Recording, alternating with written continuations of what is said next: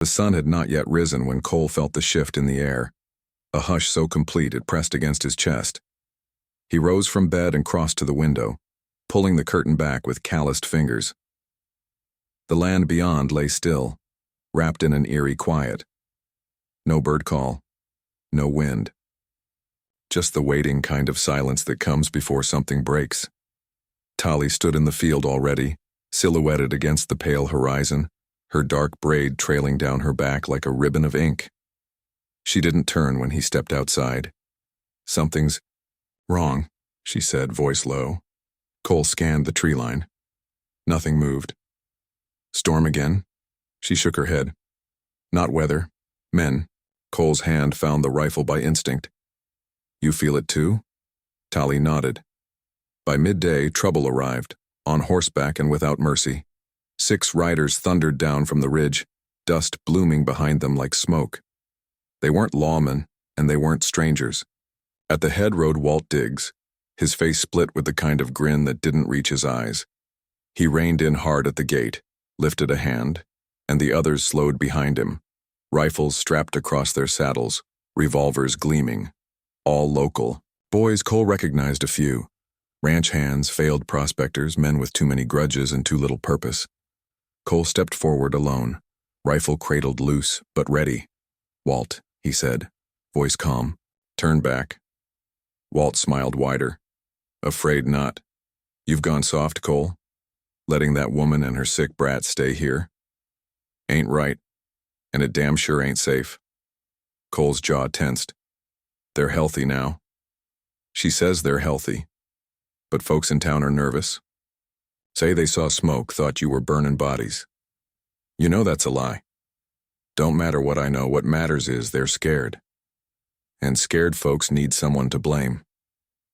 Tali stepped beside Cole then, silent but steady. She held no weapon, just stood tall, eyes burning like coals in the wind. Sonny peeked from the doorway behind her, half hidden, holding a carved wooden horse Cole had whittled her. "You come here to hurt a child?" Tali asked. Walt's smile faded. "You don't belong here." Cole's voice cut clean.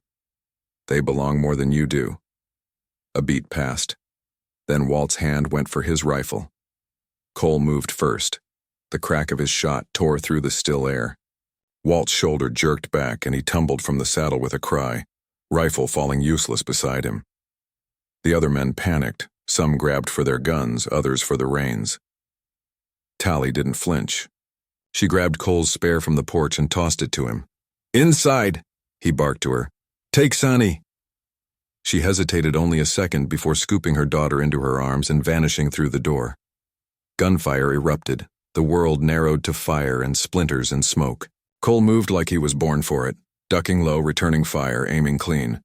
2 of Walt's men turned and bolted, spooked and bleeding. One fell from his horse, clutching a leg wound. The others circled back, shouting, firing wildly. One shot clipped the edge of the porch, spraying wood chips near Cole's face. He didn't blink. Another man rode in close, revolver raised, but Cole fired first, clean through the chest. The rider slumped, hit the dirt, didn't move again. Then it was quiet. The last horse thundered off toward the horizon, rider hunched low and howling. Walt lay on the ground, groaning, blood soaking through his shirt. Cole stepped over to him, rifle aimed low. "You brought this," Cole said. Walt looked up with hate in his eyes. "You'll regret protecting her." "I regret not stopping you sooner."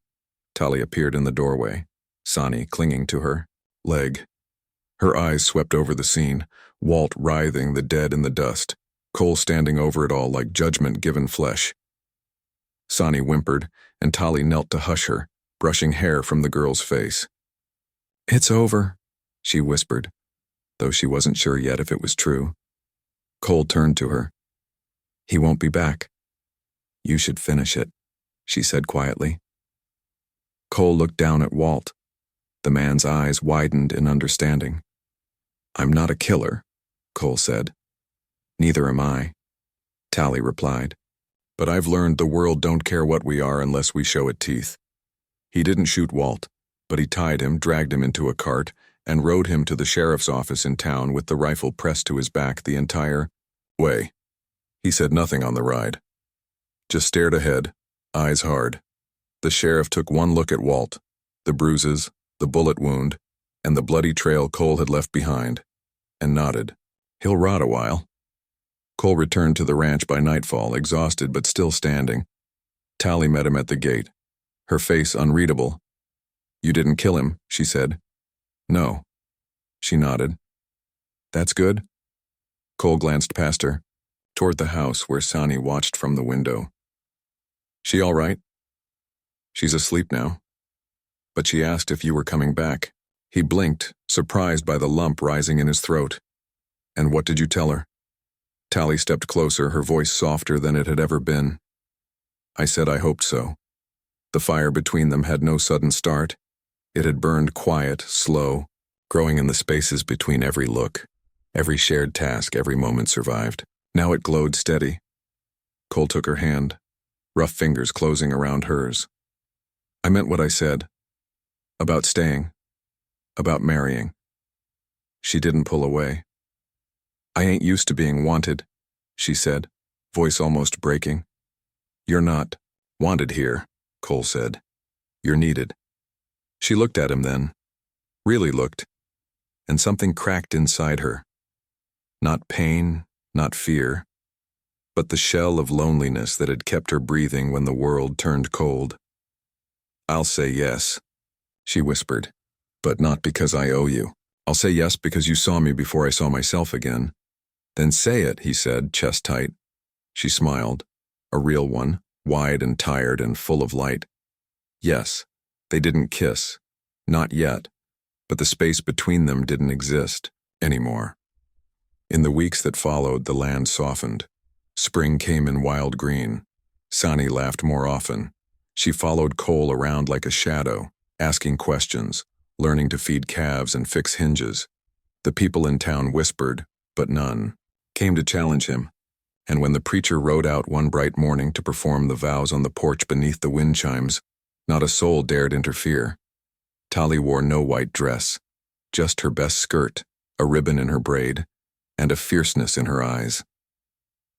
Cole stood, tall beside her, clean-shaven and nervous. They said their vows with hands clasped tight, eyes steady. When the preacher left and the guests, few and quiet, rode back to town, Cole and Tally stood alone on the porch, the sun dipping behind them. "Think this'll last?" he asked. Tally glanced out at the land. "Nothing lasts without work, but I believe it can." He nodded. "Me too." Behind them, Sani called from the corral, asking if Bristle would ever let her ride. "She will," Tally called back. "One day." The wind shifted again, lifting dust from the trail. But it didn't sting now. It carried the smell of horses, of firewood, of earth healing itself. Tally leaned against her husband, and for the first time in years, she let herself feel safe. Not because the world had changed, but because she had, and because he had changed with her. Horizon burned red as Tally pressed one foot in front of the other, the leather of her cracked moccasins groaning under the weight of dust and despair. Her daughter, Sani, barely 7 winters old, clung to her back like a sleeping bird too, tired to fight the wind. Her breathing was shallow, whistling in Tally's ear with every shuddering inhale. The girl hadn't spoken since they crossed the dry riverbed 2 days ago. Tally didn't stop to pray. The gods had already made their judgment. The land rolled out in brittle tans and muted ochres, dry and cruel.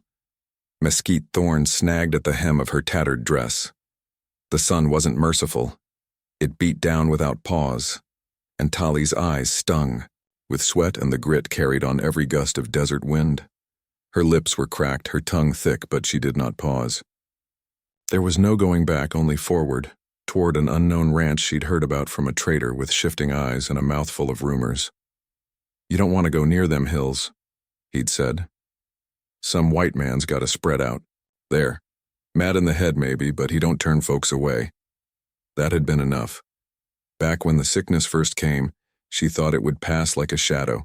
Just a cough, a little fever. Sani had always been small but strong. The first child to climb the stone ridge barefoot. the first to whistle with a mockingbird and be answered. But then came the night her breath rattled like dry leaves, and by morning the elder women had already pulled their shawls tighter, stepping back as if a line had been drawn between Tali and the rest of the world. They did not shout. The Navajo did not exile with noise. Only silence. Only eyes that turned away. Tali remembered kneeling in the dust holding her daughter, watching as her own mother looked through her as if she were already dead. That was the final cut, the one that bled on the inside. She crested the ridge by mid-afternoon. The land dipped into a basin where brown cattle milled near a wide water trough. Beyond them a house, faded, simple, sat hunched beneath the dying sun. A barn slouched behind it, half-eaten by time. Tali stopped only long enough to whisper in Sani's ear, "We're here, little one." There was no answer. Just the faint wheeze of a child who had not given up, but had no more to give. She approached slowly. The cattle stirred, but didn't bolt. That was a good sign. Animals knew fear better than men. The wind changed, carrying her scent ahead. The front door of the house creaked open, and a tall man stepped out onto the porch, rifle slung low but not raised. His shirt clung to him, sweat-streaked. His face held the kind of quiet tension born from years of talking only when it mattered. He didn't call out, just watched. Tali stopped 20 paces from the house and lowered Sani gently to the ground. The child stirred, rolled onto her side, and curled into herself like a pup seeking shade. The man took 2 slow steps down. "She sick?" Tali nodded once. He looked past her, scanning the horizon as if expecting a trap, then back at the girl. "How long?" "4 nights, she said, voice hoarse. He exhaled, thumb resting on the rifle's trigger guard. "Ain't smallpox?" "No. You sure?" Tali looked him in the eye. "Yes." They stood in silence. Somewhere behind the barn, a windmill creaked. A lizard darted beneath a fence post. The man studied Tali, eyes tracing the sharp lines. Of her face, the dry blood on her knuckles, the way she stood like a tree that had survived more than one fire. Finally, he gestured with a flick of his chin. "Barn's cooler. You can bed there." She bent to lift Sani without a word. Inside the barn, the hay was old but dry. The shadows were kind. She laid her daughter on a wool blanket she unrolled from her pack, then pressed a palm to her forehead. Too warm. The fever hadn't broken. The man stood in the doorway, arms crossed. "Name's Cole Mercer," Tali nodded. "Tali. She need water?" Tali didn't answer, only reached for the canteen that rattled empty. Cole stepped away and returned with a tin cup of water. She let it touch Sani's lips. The girl sipped without waking. "She talk?" he asked. "Not since the second night." Cole crouched, still 3 feet away. He looked at the child, not with fear, but with something that might have been sorrow. "You from north?" "Yes." "Tribe let you go?" "They did." "Hell of a thing." Tali glanced at him sharply. Not at the words, but the way he said, "them," like someone who understood loss as a quiet weight, not a loud wound. He stood. "You need anything? You find me. But don't go near the well till I say." "I won't." That night, Tali sat awake by the open barn door, watching stars blink into the sky like the eyes of forgotten gods. Sani whimpered in her sleep, and Tali sang low under her breath an old song her grandmother used to hum while weaving. Halfway through the 3rd verse, the barn owl hooted. She fell silent. There were footsteps outside. Cole leaned against the post, not entering. "I won't be trouble," Tali said. "You're already trouble," he replied. "Folks see smoke from my chimney, they'll come asking." She nodded. "Then I'll go." "I didn't say that." The silence stretched again. She heard the sound of him lighting a match. Tobacco smoke drifted in. "What happened to her father?" he asked. "Raiders," she said simply. "That why they turned you out?" "They were afraid." "Of the girl?" "Of what she might bring." Cole let the words settle. "Fear's a bastard." Tali said nothing. He flicked the butt of his smoke into the dust. I ain't got much here. Just cows and bills and a piece of land that might give up if I blink at it wrong. But I don't turn away folk that look like you. Like me. Like they've already been through hell and kept walking. He left after that. Tali didn't sleep, but she rested. Her hand never left Sani's shoulder. By morning, the fever hadn't broken, but the girl's breathing was steadier. Tali stepped out into the dawn to find a basin of water and a bar of lye soap left by the door. She washed Sani's face and hands. The girl flinched, but didn't wake. Later, Cole returned with a tin bowl of beans and cornbread. She eats? Not much. Try her with this, thank you. He didn't wait for thanks. She noticed the ranch hand for the first time around noon. Walt Diggs. Red-faced, sour-eyed, thick with suspicion. He watched her from across the corral like she was a coyote sniffing too close to the chickens. When Cole wasn't looking, Walt spat near her boots and muttered, "Don't need no plague woman here." Tali met his eyes, said nothing, and kept walking. That night, the girl murmured in her sleep, "Mama."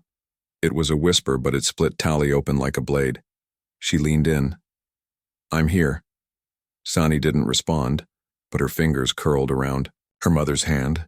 The stars watched silently from above, and the wind blew soft against the walls of the barn. Somewhere in the distance, a coyote howled, not a threat, but a lonely cry. Tali sat in the hay back against the post, her daughter safe in the crook of her arm.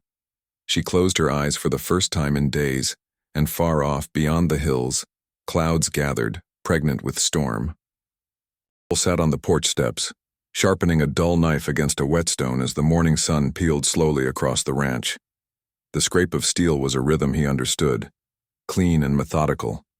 What he didn't understand was the woman sleeping. In his barn, Tali. Silent as stone, with eyes that never asked for anything, even when she clearly needed more than most. Her daughter, the little one, Sani, was still breathing shallow, but the heat in her skin had eased some. Cole hadn't dared get too close, not out of fear of disease, but because there was something about that child's quiet suffering that cracked places inside him he'd spent years covering over. He rubbed a thumb across the edge of the blade, sharp now, still useless against ghosts. Behind him, the door creaked open. Walt Diggs stepped out, shirt half-buttoned, smelling of last night's whiskey. He squinted at the sun, then down at Cole. "You gonna tell me what the hell's going on?" Walt asked, voice rough. Cole didn't look up. "You know what's going on?" "Hell, I do. There's a Navajo woman in our barn and some sick kid coughing her lungs out. That ain't normal." "Wasn't trying to be." Walt came down the steps, boots heavy. He jerked a thumb toward the barn. "You don't know what she's carrying. You even ask what kind of sickness it is?" "She says it's not smallpox." "Oh, well," she says. "That make you sleep better?" Cole stood now, slow and deliberate. "I seen smallpox. That girl don't have it." Walt narrowed his eyes. "You going soft?" Cole slid the knife back into its sheath. "I'm not going blind." "Damn it, Cole, this is a cattle ranch, not a charity. You keep her here, folks in town are gonna talk, they might do more than that." Cole's jaw twitched, but he kept his voice calm. "Let 'em talk." "She's bad luck," Walt said. "They all are. First it's the cough, then it's the blight. Then your cows drop dead and your roof caves in. Seen it before. You seen a lot from the bottom of a bottle." Walt bristled, but Cole turned away before the man could work. "Up steam." "I'm not asking you to like it," Cole said over his shoulder. "I'm asking you to feed the damn cows and stay out of my way." He walked off without waiting for an answer. Behind him, Walt muttered curses under his breath but didn't follow. The barn smelled of hay, wood, and quiet desperation. Tali sat with her back to the wall, Sani curled up in the crook of her arm. The girl's skin still glistened with fever sweat, but her cheeks had color now. She wasn't better, not yet, but she wasn't worse. That was something. Tali looked up as he stepped inside, her expression unreadable. "Got some more water?" he said, holding out the canteen. She took it with a nod. "Thank you. You eat?" She hesitated. "Sani needs it more." "There's enough for both." He placed a folded cloth with a chunk of cornbread and a strip of jerky on the hay beside her. She didn't touch it right away. "Walt ain't happy," he said after a beat. "Thinks you brought bad luck." "Maybe I did." "I don't think so." "Then you're alone in that." Cole leaned against the beam, arms crossed. "You always talk like that?" Tally raised a brow. "Like what? Like someone who's already decided how this story ends?" She looked down at Sonny. "I don't waste time on what won't be." Cole studied her for a moment, the way her fingers rested lightly against the girl's forehead, how she stayed still but never idle. Like a mountain in the middle of a storm. "You ever work with horses?" he asked. She looked up again, slower, this time. "Why?" "Got a mare with a mind of her own. Ain't let anyone near her in 2 weeks." Tally's lips barely moved. "She smell fear?" "Probably." "I don't fear animals." "You fear people?" She didn't answer, but her eyes told him enough. Cole pushed off the beam. "If you feel up to it, come by the corral later, could use the help." By midday she was there. The mare, a dark bay named Bristle, stamped and snorted when Tally entered. The pen. She moved slow, arms loose, shoulders low. Not threatening, not afraid. The horse watched her with wide, white-ringed eyes, but didn't bolt. Tally didn't try to touch her. Not yet. Just circled, humming something low and steady. Cole leaned on the fence and watched. "You ever break horses?" he called out. Tally didn't look back. "No need to break what's already bent." The mare stilled. Her ears flicked forward. Tally stepped closer. Bristle snorted once, then lowered her head a fraction. By sunset, the horse was eating oats from Tally's hand. That night they sat by the fire. Cole had made stew, light on meat but heavy on warmth. Sani sipped from a spoon, her fingers trembling, but she smiled. It was small, barely there, but it caught Cole off guard. He looked away, pretending to stir the pot. Tally broke the silence. "She smiled like that when she first saw snow," she said. "Tried to catch flakes on her tongue. Said they tasted like feathers." Cole nodded, unsure what to say. He wasn't good with memories. They had a way of coming back too sharp. He offered her a bowl. She took it. "I lost someone once," he said after a pause. "Long time ago, young brother. Snakebite." Tally didn't reply, but her eyes softened. "You learn to live with the hole," he said. "But it never fills." "I know." They ate in quiet. Later, as the fire died down and Sani dozed wrapped in blankets, Cole found himself watching Tally again. There was a stillness in her, but not the kind that came from peace. It was survival. Cold, practiced, necessary. "You think you'll stay?" he asked, voice barely above the crackle of embers. "I don't think that far." "You should." "Why?" "'Cause I think this place could use you." She looked at him now, directly, and for a moment he thought she might smile, but then her expression shuddered again, distant. "Places don't keep people like me," she said. "You haven't met this place yet." In the distance, a coyote yipped. The wind shifted. The sky stretched black and infinite above them. Inside the barn, Sani stirred, murmuring in sleep. Tally moved to check her, kneeling beside the blanket with a tenderness that made Cole's chest ache. He stood to leave, brushing hay from his coat. At the door, he paused. "Walt's gonna stir trouble. He always does." "I can handle trouble." Cole met her eyes one last time. "So can I." And then he was gone, boots crunching against gravel, the firelight behind him flickering like a dying memory. Tally stayed by her daughter's side, brushing a loose strand of hair from the girl's forehead. She wasn't sure if Cole was a fool, or a man trying to rebuild something he'd lost. Maybe both. But for the first time in many days, she wasn't looking for the road ahead. She was looking at the ground beneath her feet. And for now, it was solid. The days blurred, slow but deliberate, like hoofbeats pacing over hard earth. Sani's strength returned in fragments, a steadier step, clearer eyes, a shy laugh that surprised them all. Tali watched each change as if it might vanish in the next breath. She never let her guard down. Not fully. Even as her daughter smiled again and took to feeding the chickens or chasing the barn cats, Tali's eyes stayed alert, her shoulders tight. Fear didn't dissolve just because the sun rose. Warmer each morning, Cole noticed. He kept his distance at first, letting her find her footing without pressing in. But the space between them narrowed with each task shared, each silent agreement. When they rebuilt a section of fence torn by a windstorm, they worked in rhythm, passing. Tools, hammering stakes, tying wire, no wasted motion, no small talk. Just the efficiency of people who had both survived something and learned not to speak of it unless the words had weight. "She's getting her color back," Cole said one afternoon, watching Sani race the wind beside the corral. "She's stronger than me," Tali replied, keeping her eyes on the child. "I doubt that." Tali didn't answer, but something in the tilt of her mouth hinted at agreement. Walt's presence grew heavier with each passing day. He stomped around the ranch, like he owned it, muttering curses when he thought no one heard. The sneers were no longer subtle. One morning, Tali came out to feed the horses and found a dead jackrabbit nailed to the barn door. Its eyes gouged, its mouth sewn shut with twine. She stared at it without flinching. Later, Cole found her burying the animal behind the stable. "You didn't tell me," he said. "Would it have changed anything?" He studied her for a long moment.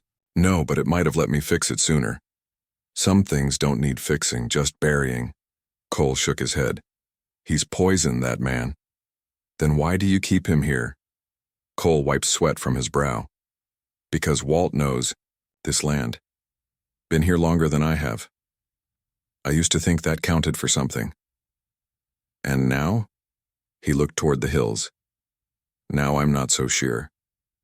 That night, over beans and silence, Tali asked a question she hadn't dared before. "Why? Haven't you asked me to leave?" Cole chewed slowly, wiped his mouth with the back of his hand. "Why would I?" "Because you don't know me. Because I bring trouble. Because Walt won't stop until one of us is gone." He nodded slowly, as if considering each word. "I don't know you. But I know how you held your daughter when she was half dead. I know you took a wild mare and calmed her in a day. I know you get up before sunrise and don't complain about dirt under your nails. That's more than I know about half the folks in town." Tali's eyes stayed on the fire. "I'm not who I used to be. Neither am I." They left it there, unspoken but understood. The storm rolled in 2 days later, wild and sudden. Wind howled across the plains, snapping branches and tearing loose boards from the chicken coop. Cole and Tali worked side by side to tie down what they could, shouting over the roar. Sani stayed inside the house, watching through the window. With wide eyes clutching a blanket, rain hit like bullets. Lightning cracked close enough to rattle bones. In the middle of it, Bristle broke from the corral. She kicked the gate clean off and bolted into the dark. "I'll go," Tali yelled, already grabbing a rope. "You don't have to." Cole started, but she was already on the move. She found the mare 2 miles out, trembling beside a fallen juniper. The wind had scattered debris across the path, and Tali's arm bled from a branch she hadn't seen, but her voice remained steady as she approached. "Easy, girl. I'm here." It took time, but she led Bristle back through the torrent, soaked to the skin, legs shaking. Cole met her at the gate with a blanket and a look that said more than words could. "You're out of your damn mind," he said, taking the rope. "Maybe," she replied, teeth chattering. "But she's yours." He wrapped the blanket around her shoulders, hands lingering longer than they needed to. "And you're mine," he said before he could stop himself.